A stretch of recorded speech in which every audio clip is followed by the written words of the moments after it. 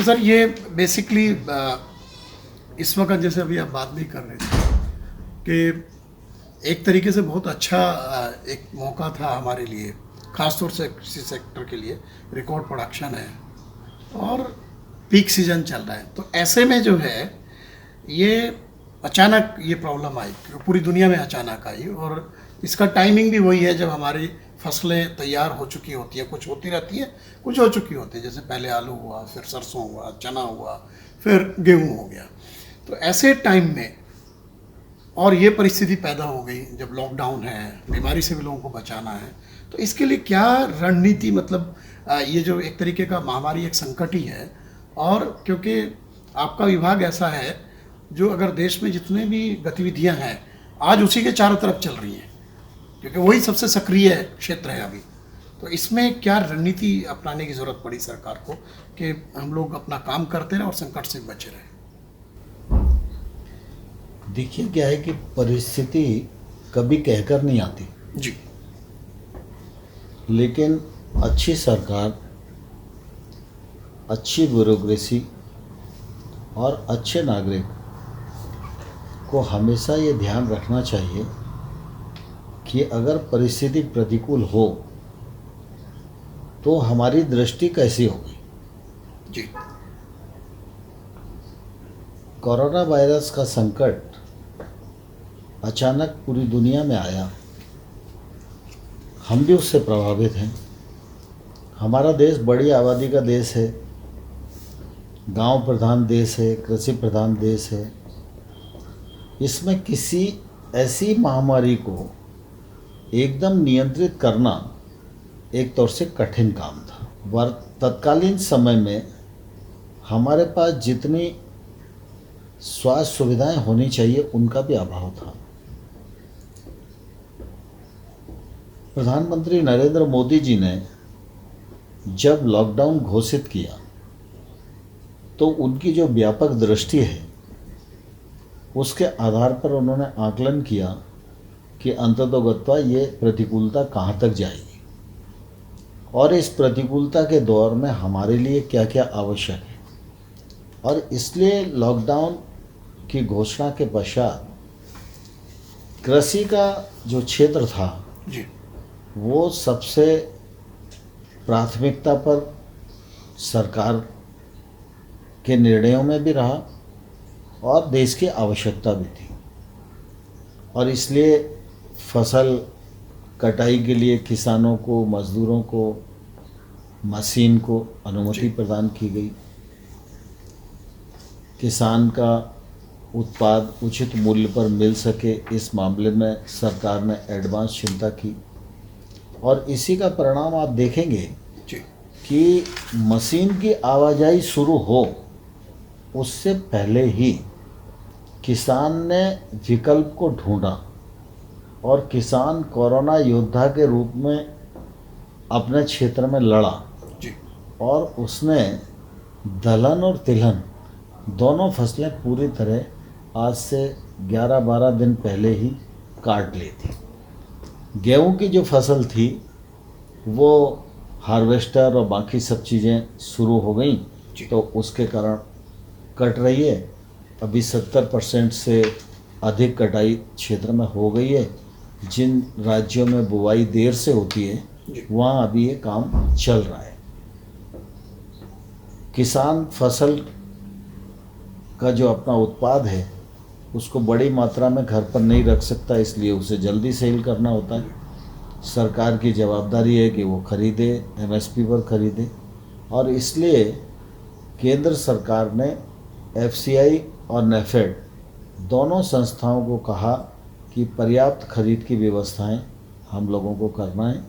और मुझे प्रसन्नता है कि नेफेड और एफसीआई ने राज्यों के साथ मिलकर मैकेनिज्म तैयार किया और विकेंद्रित खरीद आज की जा रही है। राज्य का जो अमला है वो भी बहुत तेज़ी के साथ इस काम में लगा हुआ है। सभी मंडियां लगी हुई हैं। हम लोगों ने क्रय केंद्र बढ़ाने का आग्रह राज्यों को किया था, तो सोशल डिस्टेंसिंग का पालन हो इसलिए क्रय केंद्रों की संख्या बढ़ाई गई है। हमने राज्यों को ये भी एडवाइजरी इशू की थी कि 3 महीने तक के लिए आप मंडी एक्ट से किसान को और व्यापारी को मुक्त मैं करें। एक पॉइंट पीछे जाता हूँ। जैसे आपने कहा कि किसान ने कोरोना योद्धा के रूप में जो भूमिका निभाई है, और इस तरह की जब महामारी आई, दुनिया एक बड़े संकट में है, खाने की कोई कमी नहीं हुई, खाद्यान्न भंडार पर्याप्त था, और हमारे किसानों की मेहनत थी जो इतना हमारे पास स्टॉक्स थे। और ये मेरे ख्याल से अगर हम इतिहास में भी जाएं, पहली बार ऐसा हो रहा है कि इतना बड़ा हमारा देश है, इतनी बड़ी आबादी है, छुटपुट कोई प्रशासनिक समस्या हो सकती है, अदरवाइज खाने की कहीं समस्या नहीं है, ना खाद्यान्न की, ना दूध की, ना सब्जियों की। तो ऐसे में जो है ये पूरा का पूरा, जैसे मतलब आपने भी कहा, तो ये श्रेय किसानों को जाना चाहिए कि उन्होंने देश को इतनी बड़ी मुसीबत में इतना बड़ा सहयोग जो हमारे देश के किसानों ने दिया, उसकी जो अहमियत है। मैं बिल्कुल आपके माध्यम से देश के किसानों को धन्यवाद देना चाहता हूँ कि ऐसी प्रतिकूल परिस्थिति में वो एक योद्धा बन के कोरोना से लड़े और फसल को और किसानी को किसी प्रकार का नुकसान उन्होंने नहीं होने दिया। और आज ऐसी परिस्थिति है देश में कि लॉकडाउन है, लेकिन सब्जियों की उपलब्धता है, लॉकडाउन है, खाद्यान्न की उपलब्धता है, लॉकडाउन है, दूध की उपलब्धता है, आवश्यक वस्तुओं में ये सब चीज़ें आती हैं। और मैं समझता हूँ इस उपलब्धता के पीछे सरकार की नीतियाँ एक पक्ष है, लेकिन किसानों का पुरुषार्थ ये महत्वपूर्ण, कीमतें नियंत्रित भी रही हैं और कीमतें भी नियंत्रित। तो सर इसमें जैसे आपने कहा कि आप लोगों ने राज्यों से कहा, क्योंकि बाकी जो फसलें थी, जैसे कि सरसों का विपणन सीजन बढ़ा दिया है, नाफेड उसमें काम कर रहा है, या राज्य की एजेंसियां काम कर रही हैं, और गेहूं का अभी शुरू हुआ है। अगर सही मायने में देखें पिछले 2-3 दिन में शुरू हुआ है, हरियाणा ने 20 से शुरू किया, आपके राज्य में थोड़ा पहले हो जाता है, मध्य प्रदेश 15 अप्रैल से हमारे यहाँ शुरू। तो वहाँ पे इस बार हालांकि वहाँ भी थोड़ा डिले है उस तरीके से ओरिजिनल उसको लेकर के। तो अभी क्या मॉनिटरिंग हो रही है कि जो किसान मंडी में लेकर के आ रहा है खाद्यान्न अपना, खासतौर से गेहूं, उनको टाइमली टोकन इश्यू हो जा रहा है, और अब तमाम सारे राज्य जो है उनको रजिस्ट्रेशन करा के उनको SMS के थ्रू मैसेज भेज करके बुला रहे हैं, जिससे कि वो समय पे आए और ये जो सोशल डिस्टेंसिंग वाला एक मकसद है वो भी कामयाब रहे। तो इसमें कहीं कोई डिस्क्रिपेंसी तो नज़र नहीं आ रही? नहीं, मुझे लगता है कि मध्य प्रदेश में तो ये SMS से सूचना देने वाला क्रम पहले से ही शुरू था, लेकिन इस परिस्थिति को दृष्टिगत रखते हुए अनेक राज्यों ने उसको अपने यहाँ लागू किया, और ख़रीद के समय सब लोग सोशल डिस्टेंसिंग का पालन भी कर रहे हैं, और वो रोज़ मॉनिटरिंग कर रहे हैं कि उनको जितना खरीद करना है उसके हिसाब से उनकी गति चल रही है या नहीं चल रही। हमारे यहाँ भी केंद्र सरकार से राज्यों को रोज़ बात की जाती है। आज भी मैं पासवान जी से बात किया था, तो मैं समझता हूँ अभी गति संतोषजनक है। शुरू के 3-4 दिन जब शुरुआत हुई तो उस समय थोड़ी गति धीमी थी, क्योंकि वो लोगों की रफ़त में नहीं था। लोगों को लग रहा था आज ही सारा तुल जाए और सभी किसान आ जाएं और लाइन लग जाए। तो लेकिन अब सबको समझ में आ गया है कि नहीं, इन सब चीज़ों का पालन करना हम सब के लिए और हम सब के जीवन के लिए आवश्यक है। तो अब ये काम स्मूथ चल रहा है। तो राज्यों को जैसे आप लोगों ने बीच बीच में एडवाइजरी इशू की, और जो मिनिस्ट्री का ऑर्डर है उसमें भी चेंजेस हुई, जैसे ट्रांसपोर्टेशन को लेकर के, खासतौर से कृषि उपकरणों को लेकर, खाद बीज की दुकानों को लेकर के, रिपेयरिंग की दुकानों को लेकर के। तो ये जो आपने कहा कि जो agriculture produce market committee act है उसमें वो डील दें, और ईनाम के साथ में जो है FPO को डायरेक्ट खरीद करने को बढ़ावा दें, तो इसका कितना असर हो पाया? क्योंकि ये APMC को लेकर के राज्य बहुत रिजिड रहते हैं, वे पॉलिटिकली सेंसिटिव भी है। लेकिन मैं समझता हूँ इस एडवाइजरी को, जैसे तेलंगाना है, तमिलनाडु है, सभी राज्यों ने माना, बिहार में तो APMC एक्ट है ही नहीं है, तो लेकिन बाकी राज्य भी खरीद में किसी प्रकार का व्यवधान ना आए, इसलिए कोई आंशिक रूप से उसको स्वीकार कर रहा है, कोई बाकी चीज़ों में कर रहा है। अब जैसे मुझे लगता है 14 से अधिक राज्य हैं जिनने फल और सब्जी को मंडी एक्ट से अलग कर दिया। तो मैं समझता हूँ इसका असर हुआ है, और जो इनाम प्लेटफॉर्म है उसका भी उपयोग कर रहे हैं। उसके साथ भी हमने 3 मॉड्यूल और दिए थे, उनका भी उपयोग लोग कर रहे हैं, और अब हम 585 मंडियों के साथ 415 मंडियों को और जोड़ने जा रहे हैं। तो निश्चित रूप से ये आने वाले कल में और सरल हो जाएगा। इस दृष्टि से मुझे लगता है कि खरीद में कोई दिक्कत नहीं है। लॉजिस्टिक की दृष्टि से ज़रूर दिक्कत थी। तो कृषि उत्पाद की आवाजाही पर गृह मंत्रालय ने रोक हटा दी है जी। और इसके लिए हम लोगों ने एक कंट्रोल रूम भी यहाँ बनाया है मतलब। हाँ। और वहाँ पूरा अमला बैठता है, देश भर से फ़ोन आते हैं। अगर कोई भी राज्य में कृषि उत्पाद का वाहन रोका जाता है या उसको असुविधा होती है तो व्यापारी, किसान और ट्रक ड्राइवर कोई भी हमारे कॉल सेंटर पर आ सकता है और कह सकता है फलां जगह रुका हूँ, तो कृषि मंत्रालय उसकी सहायता करके उसके रास्ते को प्रशस्त करता है। और दूसरा, लॉजिस्टिक पर्याप्त मात्रा में लोगों को उपलब्ध हो जाए, क्योंकि लॉकडाउन के समय एक परिस्थिति ये भी हो गई थी कि गाड़ी कहीं थी, ड्राइवर कहीं था, ट्रांसपोर्टर कहीं था, तो जो जहाँ थे वहीं लॉक हो गए थे। तो एक तौर से तारतम्य टूट गया था। तो हम लोगों ने किसान रथ हेल्प डेस्क बनाया यहाँ, उसको लॉन्च किया हमने 15 तारीख को, और उस पर 5 लाख से अधिक वाहन ने अपने को रजिस्टर्ड कराया और मुझे प्रसन्नता है कि उसका उपयोग बहुत अच्छा हो रहा है। उसमें छोटे वाहन भी हैं, मंझोले वाहन भी हैं, बड़े वाहन भी हैं। कल सुबह ही मैंने पूछा था 50,000 से अधिक लोग उसका उपयोग कर चुके हैं। तो ड्राइवर्स मूव कर सकते हैं अपने लोकेशन पे? हाँ, ड्राइवर मूव कर सकते हैं। इस ऐप में गाड़ी नंबर है, हाँ, ट्रांसपोर्टर का नाम है, ड्राइवर्स का नाम है, और इन सब को समन्वित कराने में, जैसे मुझे ज़रूरत है तो मैं ऐप को खोलूँगा और मैंने देखा कि भाई कौन सा ट्रांसपोर्ट है जो यहाँ से छत्तीसगढ़ हमारे माल को पहुँचा सकता है। और तो वो ऐसी स्थिति में दोनों को कोऑर्डिनेट कर लेता है। यहाँ से छत्तीसगढ़ कौन जाएगा उससे भाव भी कर लेता है, और छत्तीसगढ़ से वो क्या माल लेके आएगा वो भी मैप कर। अच्छा, उसका रिटर्न भी जो है। तो ये सब जैसे आपने अभी जिक्र भी किया कि खासतौर से जो हॉर्टिकल्चर प्रोड्यूस हैं, और आज के टाइम में जो हमारे हॉर्टिकल्चर प्रोड्यूस है उनका उत्पादन फूड ग्रेन को क्रॉस कर गया है, और क्योंकि वैल्यू भी ज़्यादा होती है, उनकी महंगे होते हैं, तो उनका वैल्यू काफ़ी ज़्यादा होता है। तो इसमें ये बड़ी दिक्कत आई इस बार। अगर आपने नोटिस किया होगा, जैसे ग्रेप फार्मर है, या अभी आम की फसल आ गई थी, और इधर जो है आपके सब्जियां जो थी अलग अलग देश के अलग अलग हिस्सों में, ये जल्दी ख़राब होने वाले उत्पाद हैं, तो इनको मार्केट तक पहुंचाने में, इवन आलू की खुदाई के टाइम पे भी माहौल थोड़ा उस तरीके का हो गया था। तो इनको कैसे टैकल किया, और अगर इन फार्मर्स को नुकसान हुआ होगा तो उसको लेकर के हम कुछ राहत देने की कोशिश कर रही है सरकार कि इन किसानों को कुछ कंपनसेट कर पाएँ अगर कहीं कुछ लॉस की स्थिति है, क्योंकि इनमें कहीं एमएसपी का भी कोई प्रक्रिया नहीं है। देखिए, दरअसल क्या है कि सब्जियों का जी बहुत नुकसान नहीं हुआ, लेकिन आंशिक नुकसान है, इसमें मुझे स्वीकार करने में कोई दिक्कत नहीं है, क्योंकि उस समय आवाजाही पर थोड़ा रोक ज़्यादा थी, उसके कारण जितनी मात्रा में सब्जी आना चाहिए थी उतनी मात्रा में नहीं आई। लेकिन उसका दूसरा पक्ष ये है कि शहर में सब्जी गांव से आती है, लेकिन शहर में सब्जी के भाव भी नहीं बढ़े, और शहर में सब्जी की अनुपलब्धता भी ना रही। लेकिन ये सही है कि यहाँ आई और अपना जो कौन सी आज़ादपुर मंडी है उससे और 10 जगह जाती थी तो वो नहीं जा पाई।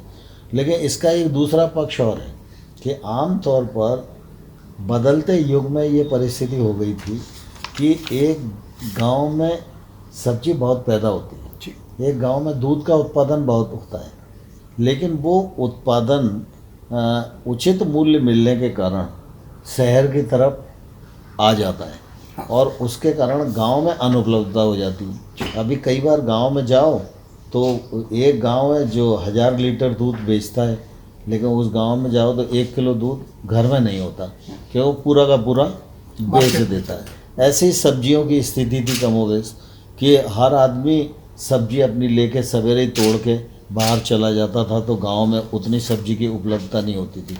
इस बार गांव में दूध भी लोगों को प्रचुर मात्रा में उपलब्ध हो गया और गांव में सब्जी भी प्रचुर मात्रा में उपलब्ध हो गई। लेकिन आंशिक नुकसान हुआ है, और प्रतिकूल परिस्थितियों में इतना होता ही है।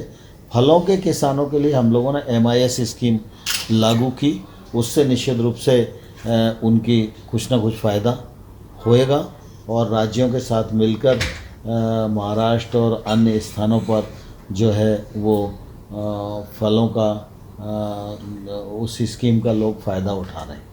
तो सर, ये कुछ पैकेज आप लोगों ने अनाउंस किए किसानों के लिए, जैसे लोन का डेफर किया उनका कि 31 मई तक दे सकते हैं, वही 4% के रेट के ऊपर, फिर ये किसान सम्मान निधि को अप्रैल में फ्रंट लोड पीएम कर दिया। किसान सम्मान निधि में जी अब अभी अप्रैल माह में 9 करोड़ किसानों को जी 17,876 करोड़ रुपया जारी किया। मतलब अगर आप हमारे डिपार्टमेंट से देखोगे ना जी जी तो मतलब इस योजना में पीएम किसान में 17,876 करोड़ रुपया, ग्रामीण विकास का अगर आप देखोगे जी तो 7,300 करोड़ रुपया हम लोगों ने पहले की जो उधारी थी वो सारे लोगों को मजदूरों के अकाउंट में डाली। मनरेगा वाला जो था। हाँ, और 20,000 करोड़ रुपया हमने आगामी जो है उसके लिए मनरेगा में राज्यों को दे दिए, एडवांस दे दिया। 10,200 करोड़ रुपया जनधन योजनाओं की जो 20 करोड़ 40 लाख महिलाएं हैं उनको दे दिया। 2 करोड़ 84 लाख हमारे वृद्धजन और दिव्यांग जो बंधु हैं उनके अकाउंट में चला गया। ऐसे कुल मिला के आप देखेंगे तो 36,000 करोड़ रुपया अकेले ग्रामीण विकास से राज्यों को गया है। और अगर इसमें आप पीएम किसान जोड़ लो तो हमारे दोनों डिपार्टमेंट मिला के 57,000 करोड़ रुपया है जो अभी तक हम लोगों ने जारी कर दिया है। तो इसमें सर ये मनरेगा वाला आपने 2-3 बड़े स्टेप लिए। एक तो पुराना पैसा जो है वो चला गया है, प्लस फ्रंट लोड कर दिया आप लोगों ने जिससे कि जो उनको वर्क अलॉट करेंगे तो उसके लिए, और वो अलाउ भी हो गया कि वहाँ पे काम कराना। तो ऐसे में जब एकदम पीक पे है हार्वेस्टिंग और बहुत लेबर की बहुत रिक्वायरमेंट है रूरल इंडिया में अभी, तो दोनों एक दूसरे का क्लैश नहीं करेगा अगर मनरेगा वर्क अभी शुरू कराएंगे तो? या कोई ऐसा नहीं बन सकता कि जो मनरेगा जो ये है लेबर उसको एग्रीकल्चर एक्टिविटी से जोड़ दें? नहीं, देखिए मनरेगा में 264 काम हैं जी, जिनमें लगभग 162 काम है जो कृषि कार्यों से जुड़े हुए हैं। लेकिन सामान्य तौर पर उनका ध्यान लोगों को रहता नहीं है। लोगों के ध्यान में यही आता है कि फसल कटाई में लेबर लगा दो और उसका पेमेंट सरकार कर दे। अब इसका कोई लेखा जोखा नहीं है, मेरे खेत में कितनी लेबर लगी जी जी, अब सरपंच से सेटिंग कर ली, मैंने कह दी 250 लगी है तो अब 250 के पेमेंट करा लूँगा मैं, तो वहाँ कौन चेक करने जाएगा? उसमें काफ़ी सारा जगह जगह झंझट होंगे, सीपेज का काफ़ी। दूसरा क्या है कि अभी सरकार ने ये भी तय किया कि मनरेगा का हम इतना 70-80 हज़ार करोड़ रुपया खर्च करते हैं तो कम से कम कुछ ना कुछ एसेट क्रिएट होना चाहिए। और जल संकट है इसलिए जल संरक्षण पर बल देना चाहिए। तो इस आग्रह के साथ हम लोग मनरेगा काम शुरू कर रहे हैं। दूसरा क्या है कि जो मनरेगा का वर्कर है जी, उसमें ज़्यादा वर्कर बाहर नहीं है। जो बाहर वर्कर हैं, वर्कर को आप 3 हिस्सों में डिवाइड करो। एक वर्कर वो है जो किसी कंपनी में स्थायी रूप से काम करता है, एक वर्कर वो है जो कॉन्ट्रैक्ट लेबर के रूप में काम करता है जी, और एक वर्कर वो है जो सिर्फ फसल कटाई के लिए अपने स्थान से दूसरे स्थान पर जाता है। जी जी, ये जो स्थायी और कॉन्ट्रैक्ट लेबर है ये तो ट्रैवल कर रहा है, क्योंकि लॉकडाउन की स्थिति आई तो ये या तो वहीं रह गया या वहाँ से भाग दिया तो कहीं ना कहीं दूसरी जगह रास्ते में क्वारंटाइन हो गया। ये जो वर्कर गांव का वर्कर है, ये वर्कर लॉकडाउन के समय या तो मूव करके कटाई के जगह पे पहुंच गया था और या मूव नहीं कर पाया। तो कटाई ख़त्म होने के बाद ये वर्कर आसपास का ही होता है, बहुत ज़्यादा दूरी का होता नहीं है जी। तो ये लौट जाएगा। और दूसरा जो नहीं लौट जा पाया था वो ऑलरेडी गांव में है ही। दूसरा क्या है, बहुत सारे लोग ऐसे भी हैं जो कॉन्ट्रैक्ट लेबर के रूप में काम करते थे लेकिन वो पहले 3-4 दिन में थोड़ी ढील थी तो वो दौड़ते भागते पैदल साइकिल से, और कुछ राज्यों ने भी कोशिश की कि उनके वर्कर अपने अपने घर पहुंच जाएं। तो जैसे गुजरात बॉर्डर पे कोई आ गया तो झाबुआ से मध्य प्रदेश ने गाड़ियां लगा दी तो मुरैना लोग आ गए, तो ऐसे भी लोग घर पर आ गए। ये हमने मनरेगा को, प्रधानमंत्री सड़क को, प्रधानमंत्री आवास को इसलिए अनुमति दी है कि ग्रामीण क्षेत्र में आर्थिक गतिविधियां शुरू हो जाएं। सड़क बनेगी तो गिट्टी का काम भी चलेगा, तो गिट्टी भी गांव के पास ही है, हाँ मजदूर भी गांव के पास ही है, उपकरण की ज़रूरत है, इंजन चाहिए, रोलर तो वो आ जाएगा, तो उसको कोई रोकेगा नहीं, तो आर्थिक गतिविधियाँ इससे भी चलेगी। वैकल्पिक रोजगार के रूप में जो अनस्किल्ड लेबर है उसके लिए हम मनरेगा खोल के रखे हैं कि किसी को आज ज़रूरत है रोजगार की तो मनरेगा का विकल्प भी उपलब्ध है। प्रधानमंत्री आवास में व्यक्तिमूलक काम है तो प्रधानमंत्री आवास में भी हम लोगों ने 1000 करोड़ रुपया डिस्पर्स कर दिया है, तो वो भी काम आगे बढ़ रहा है। बाकी पैसा भी राज्यों के पास पड़ा हुआ है। लगभग 48 लाख मकान ऐसे हैं जो तीसरी और चौथी किस्त उनके पास पहुंच गई है, लेकिन वो अभी अनकम्प्लीट से पड़े हैं, तो उनको पूरा कराना है। ये सर एक जो तमाम सारे लोगों की राय आ रही है, एक्सपर्ट्स की, इकोनॉमिस्ट की, वो ये है कि अभी जिस परिस्थिति में हमारे देश की इकोनॉमी है इस संकट के चलते, तो उसमें ये माना जा रहा है कि जो एग्रीकल्चर और रूरल इकोनॉमी है वही इसके रिवाइवल का इंजन बनेगा। तो उसमें जाहिर सी बात है तमाम सारे संकटों के बावजूद एग्रीकल्चर की जो एक्टिविटीज़ हैं वो लगभग सामान्य दिशा में जा रही है। ठीक है, वो तो जो वेल्थ क्रिएशन है, जो हमारी फसलें हैं, जो एक्टिविटीज़ हैं, उसमें भी लोगों को काम भी मिल रहा है, और बाकी रूरल एक्टिविटी है। तो काफ़ी सारे लोग, जैसे आप बात कर ही रहे हैं कि गांव में वापस चले गए, तो इसको लेकर के आपको लगता है कि इस स्पेसिफिक स्ट्रेटजी के तहत आप लोग काम कर रहे हैं? जैसे आपने कहा कि अग्रिम किस्तें रिलीज़ कर दी हैं, प्रधानमंत्री ग्राम सड़क योजना को बढ़ावा दे रहे हैं, आवास को दे रहे हैं, जिससे वहीं पे रोज़गार के अवसर हो, क्योंकि जो इकोनॉमी के दूसरे हिस्से हैं वो मैन्युफैक्चरिंग हो या सर्विस सेक्टर हो, उसको तो रिवाइवल में इट विल टेक टाइम। मतलब उसका ये नहीं है कि इमीडिएटली वो सब लोग आ जाएंगे और वहाँ पे प्रोडक्शन शुरू हो जाएगा, क्योंकि वहाँ डिमांड क्रंच होगा। पहले से ही हम लोग डिमांड की प्रॉब्लम को फेस हमारी इकोनॉमी कर रही थी, बट रूरल और एग्रीकल्चर को लेकर के जो है वहाँ पे अभी डिमांड की कोई ऐसी बड़ी समस्या नहीं है, क्योंकि भोजन सबको चाहिए। अब जैसे आप लोग कह रहे हैं कि रूरल में जो काम मनरेगा का, वहाँ काम भी मिल जाएगा, तो आपको लगता है कि इसको और ज़्यादा फोकस्ड अप्रोच में जाएंगे तो हम लोग थोड़ा इस संकट को थोड़ा और बेहतर तरीके से पार कर पाएंगे?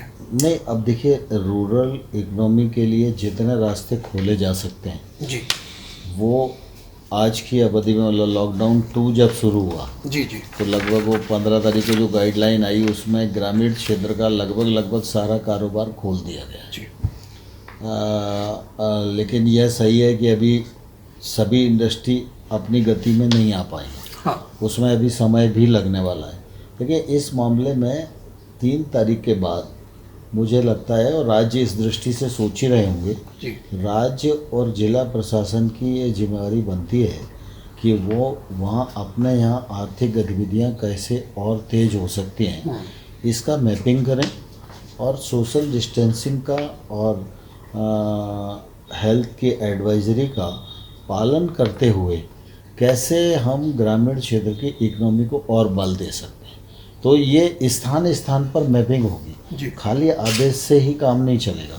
हमारा काम सिर्फ इतना है कि भाई हमने कह दिया कि गांव की जो इंडस्ट्री है वो शुरू कर दो, लेकिन अब गांव में एक संकट ये भी है कि वो इंडस्ट्री शुरू करे तो श्रमिक आएँ।